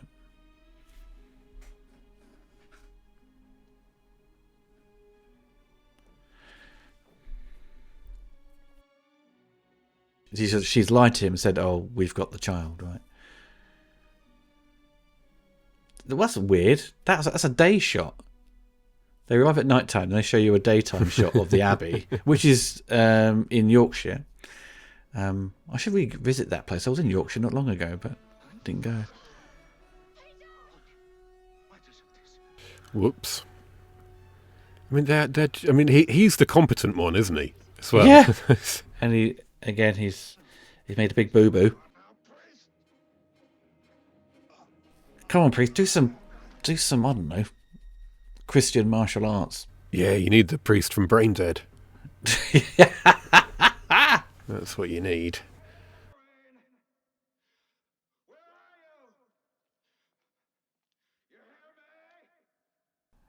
This was done over 5 days, I think. All night shoots.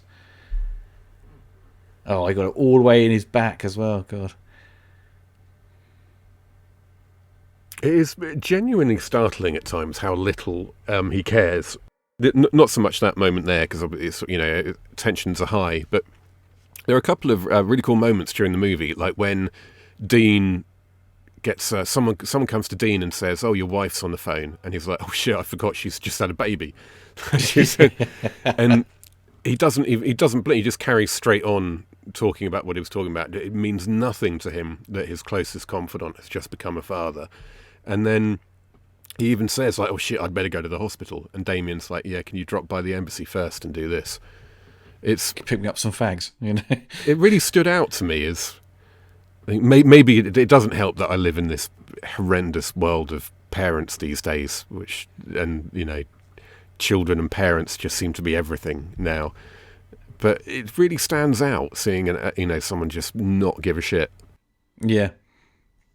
Well, he doesn't. He completely threw Peter in front of him, used him as a shield. Do him.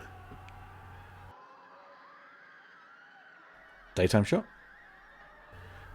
God, and it sounds like Ring Wraiths having a fight with Dementors. Apparently this, I think there was a discussion about the film's original sound mix, a Dolby Stereo, when it came out, and people were really blown away by it. But once the goals, when Christ appears, and the music all swells up. It's interesting. You hear "baby," and then you sort of also you see it. I think you see something that transforms into Jesus Christ.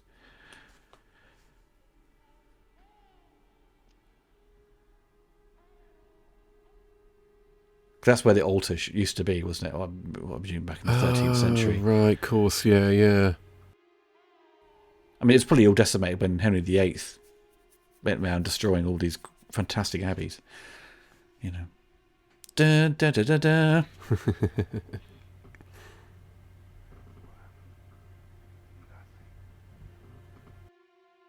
You got owned. I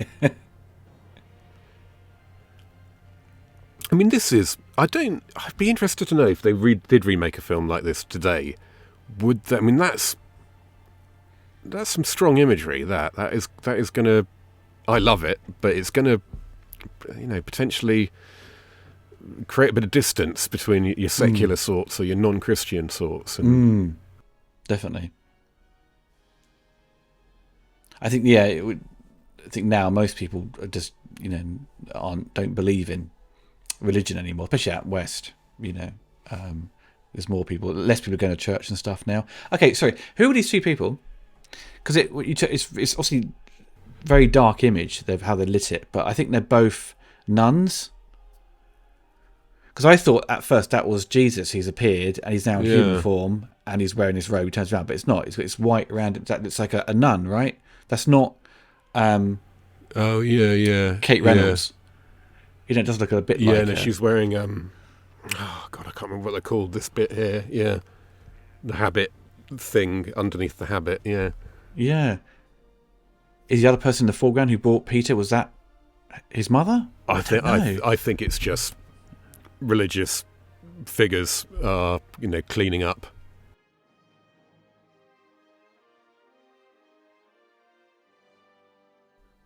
Oh, they should have like a battle where the Pope turns up and he uses his staff to like drum, drum, drum, drum, like proper Phantom Menace style battle at the end.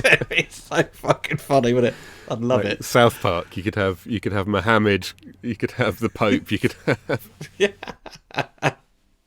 everyone turn up to take him out. That would be great. Dusty Simmons, that name rings a bell. Do you know what? I thought exactly the same thing when the credits rolled last night, and I thought assistant director, just one of those names, Dusty Simmons. Yeah. Well, final thoughts on this. I think it's better than number 2, just down to the fact that it has a lot more going for it. It's obviously continuing over that sort of keep it very down to reality, very kind of straightforward, nothing too bombastic and crazy. It still keeps with the idea that these deaths could be accidents, all coincidence.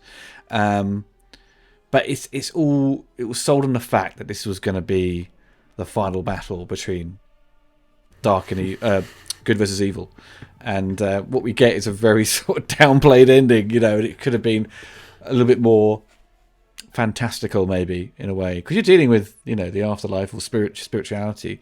You can throw in any sort of potential fantasy elements, maybe, or bolts of lightning, or just, I don't know, beams of light to sort of fight back Damien, because it just gets stabbed, turns up and collapses. I'm like, is that it? Yeah, that's clear. I mean, that's the main problem with the movie, isn't it? And there's probably also some stretches where not a lot happens, which people often don't like, but like I said earlier, I like how kind of quaint and silly and something is, but it is a problem in terms of taking it seriously as a movie in the same sort of category as The Exorcist or The Exorcist 3 even. But yeah, it's fine. It's fine. It's all right when things happen that slowly and on such a low scale in these older movies, I think.